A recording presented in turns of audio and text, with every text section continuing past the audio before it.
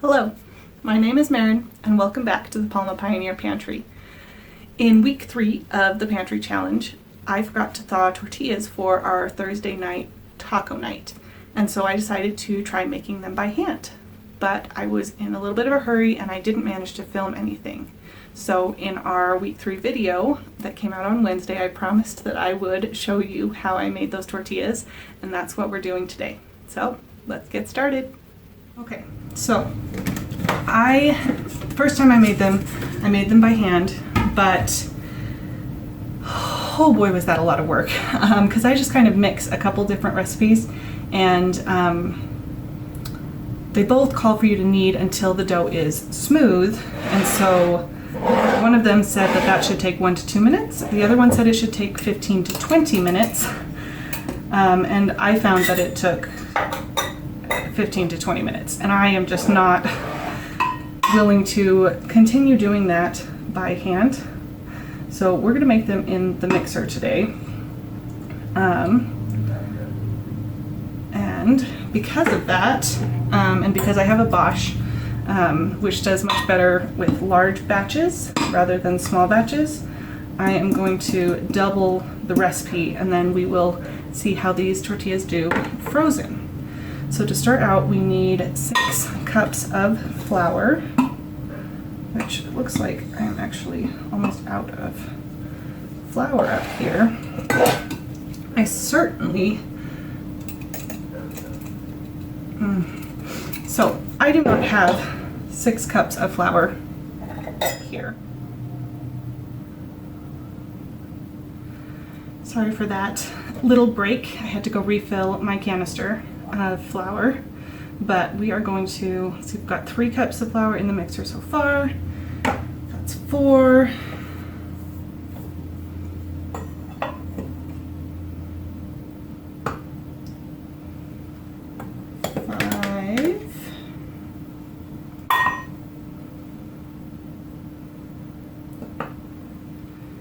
And 6.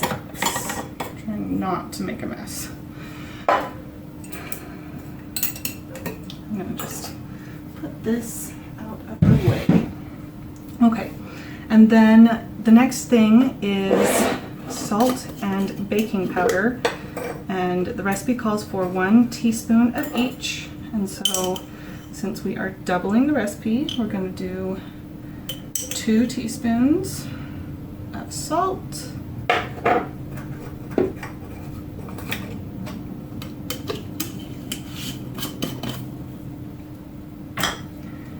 and 2 teaspoons of baking powder.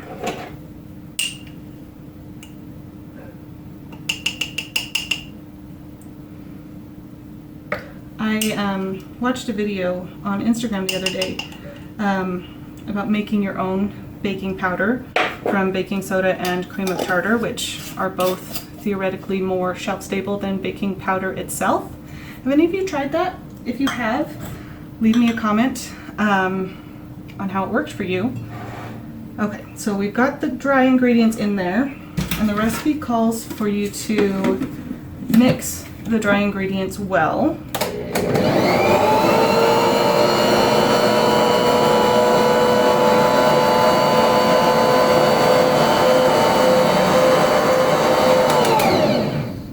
I think it's a good thing that I doubled this, because I think this is just about the smallest batch that my mixer would happily do. So I've got 2 cups of warm-ish liquid. I used a cup of milk because we had a cup of milk that needed to be used up, and a cup of water.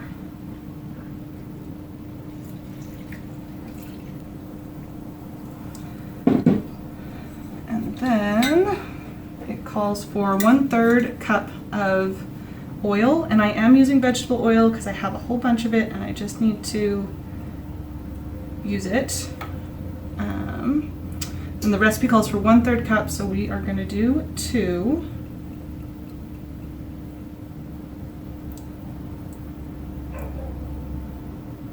Okay.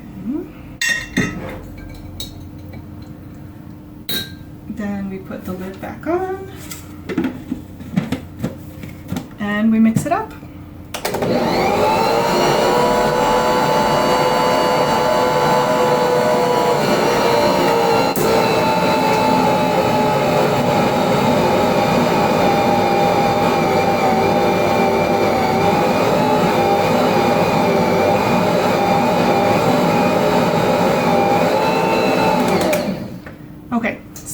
show you what the dough is looking like right now. That's kind of the point you want to get to. If you're doing this by hand, that's kind of the point you want to get to. Maybe not quite that well mixed, but before you turn it out and start kneading it by hand. I am just going to let the mixer do the work, and I'll probably let this run for at least 10 minutes, and then I'll check it, and I'll show you, if I can get there, I'll show you the consistency of the dough that I'm kind of looking for. So we'll see you in a bit.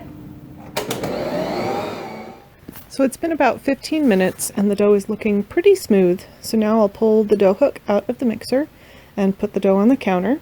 I like to knead it a little bit just to feel how soft it is and incorporate it into one ball. Then I will split it into 32 approximately even balls. This number was easier than some that I've done because I was able to just split the dough in half 5 times. 16, 8, 4, 2. Then with each ball, I just use my palm to roll them into a fairly smooth, smaller ball.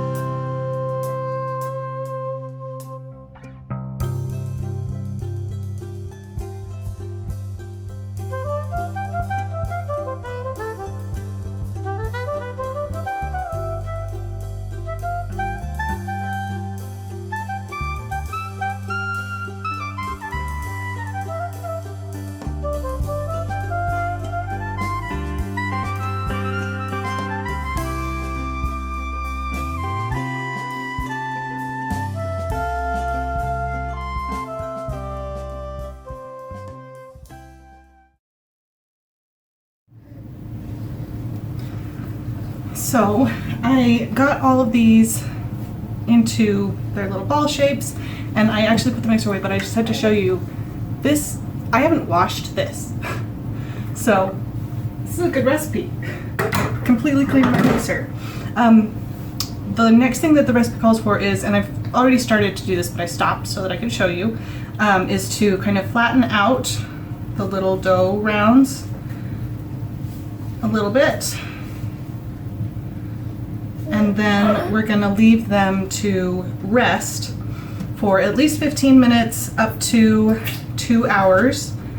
And the reason that you do that is when you knead dough, specifically dough made from wheat flour, whether it's whole wheat or all-purpose, the gluten in the flour starts to form really strong bonds, and that's what you want. That's what makes this nice smooth dough, but it just gets really all tight, and if you want to be able to roll something out nice and thin like tortillas or pizza dough even, you need to let that gluten relax a little bit before you try to roll it out. So we are going to finish up flattening these out just a little bit, and then I have this beautiful towel, which I actually have two. I'm probably gonna have to run get the other one, that was given to me by my husband's aunt, and we're going to cover, they're 4 tortillas actually, specifically. So we're going to cover the dough with those and let it rest. And then we will come back and roll out all of our tortillas and cook them up.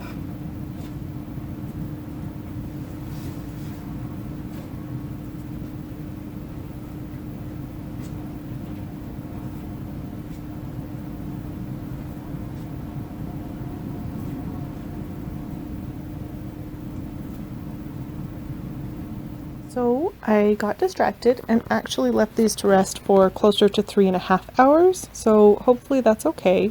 I'm just going to stack these over to the side and make space for me to roll them out.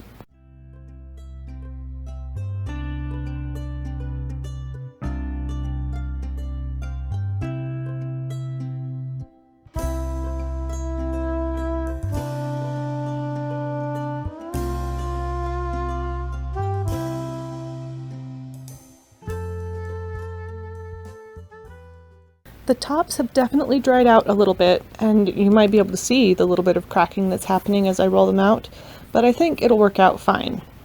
Last time as I rolled out the tortillas, I tried to roll them all out just as thin as I possibly could. This time I'm not worrying quite so much about that. I'm also not worrying too much about shape. I try to keep it vaguely circular, but we really don't care how it looks.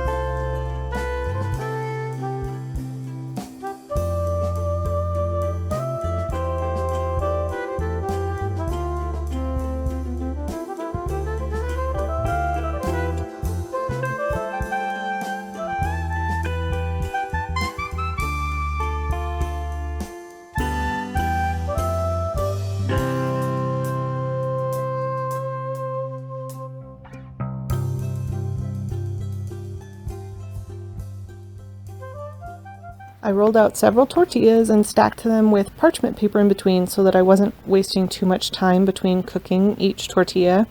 I am cooking these on my cast iron skillet without any added oil or fat, and they didn't stick at all. I preheated it up to a medium heat and then turned down the burner a bit to try to keep the heat steady. I did have to adjust the heat a few times throughout this process though. I let each tortilla cook for about a minute on the first side and about 30 seconds on the second side. You want to have a few light brown spots on each side, and that's how you know it's done.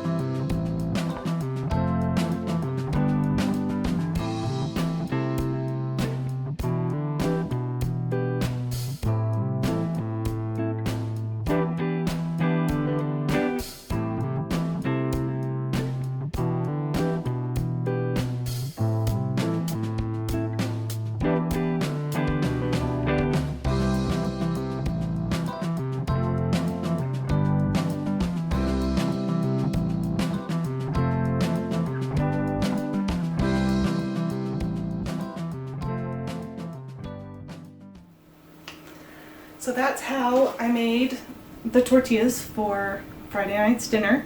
I've got quite the stack here, and we're going to try a little experiment. We're going to freeze a few of these. Most of them we'll put in the fridge and eat fairly fresh. And then I also have 3 rolled out tortillas, just in here separated by parchment paper, and 2 of the little dough pucks that we made.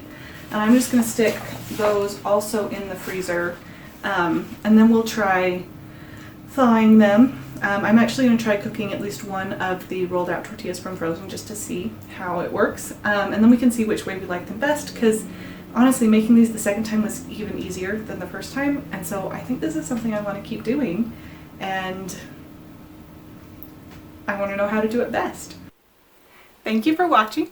Leave me a comment below on something else that you think I should try making from scratch. If you enjoyed this video, please give us a thumbs up and subscribe to watch us cook and eat more food and hopefully grow some food this spring and summer. If you want to see more of what we've been eating during this pantry challenge, I will put a playlist right here. And if you want to see some of the other foods that I have made in big batches to freeze, I'll put a playlist right here. I hope you have a wonderful rest of your day, and thank you for spending time with me here on the Palma Pioneer Pantry.